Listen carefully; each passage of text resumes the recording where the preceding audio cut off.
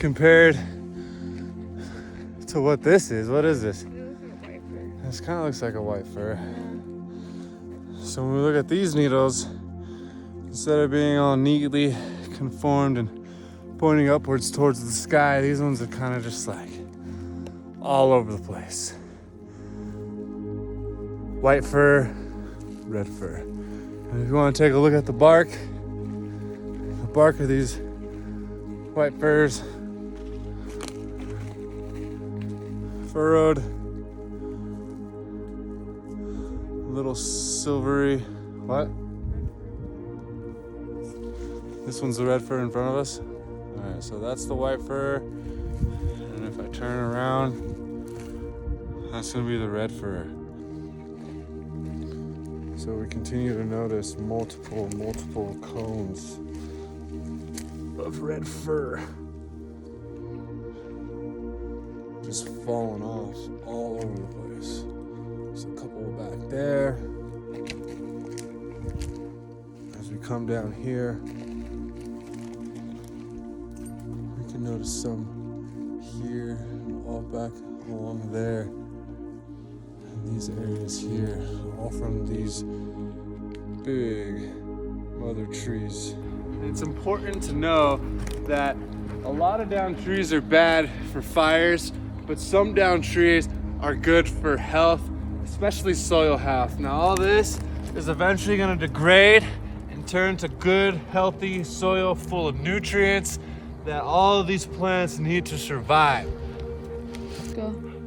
Now it's fascinating when we sit under this canopy full of red firs and white firs that we notice here in the fall time. It's about the first night of really heavy rain. We notice the seed disbursement. Now all over you can see very light brown seeds that are all crumbled in bunches. Now right here we have a perfect example of a red fir cone that had recently fell from the top, and it has dispersed its seeds in a relatively big area. We see them all over the place here. Now it's really important to notice the way that these seeds disperse are very different than other seeds. They're almost in like a cup shape all around. And if you look down, you can notice that these seeds are all in the center, one by one falling off. And they rely on wind, pests, animals, and other things like that on this dispersal. We're walking along the trail here. We found a familiar little plant. I'm gonna let Gianna talk about it here. What do we got? So here we have a parasitic plant. It is not a flower. It is a parasitic plant like a snow plant, and it is Pterospora andromedia, also known as pine drops. It's dead right now. It's pretty dried up during its blossoming season, and we'll have these white, almost yellow beads right here at the bottom of the stem. I mean, look at this. Look at all that seed dispersal going on down there.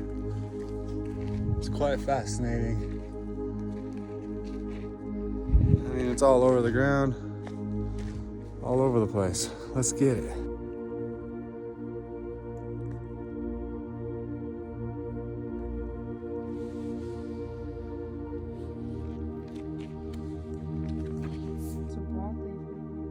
Broadleaf lupine.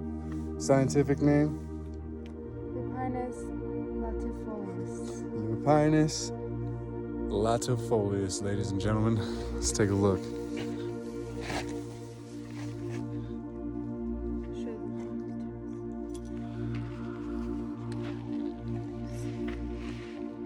Broad.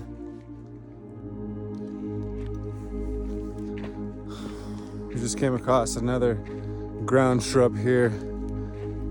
Sierra Mountain Whitethorn. It's a ceanothus. It's a little ground shrub. This stuff sucks. It's very pointy. Gets all over the place. But it's a great plant for erosion. As you see, we're on a trail going downwards that way. These plants catch and hold a lot of water and keep from bad erosion events from happening. Again, another example of a parasitic plant taking over one of our local trees here.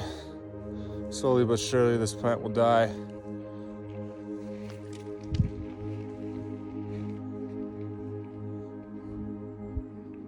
Mistletoe.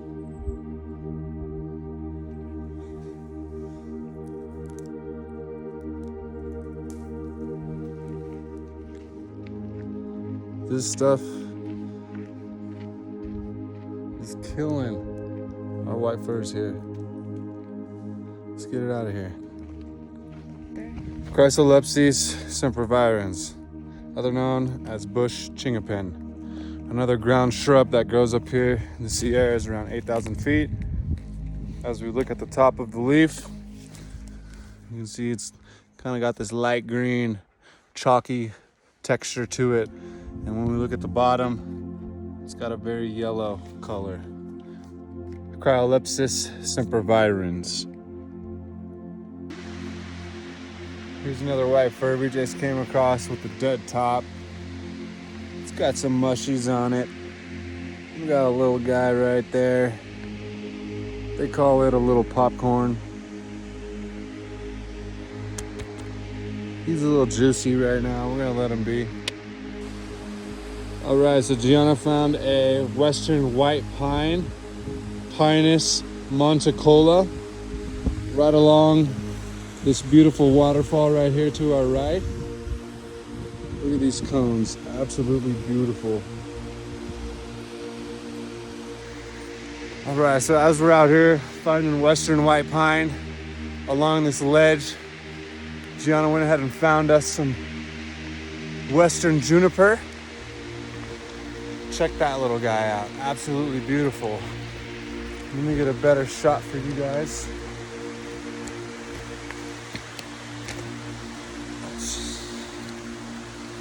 Look at this thing. Juniperus occidentalis. Western juniper.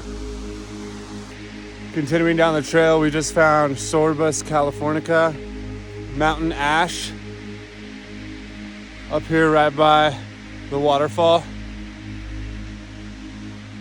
Show you what the book looks like here.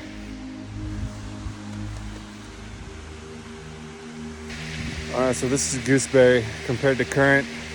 This stuff's a lot smaller. It's got a lot of pokies all over it, as you can see on the stem. Gooseberry.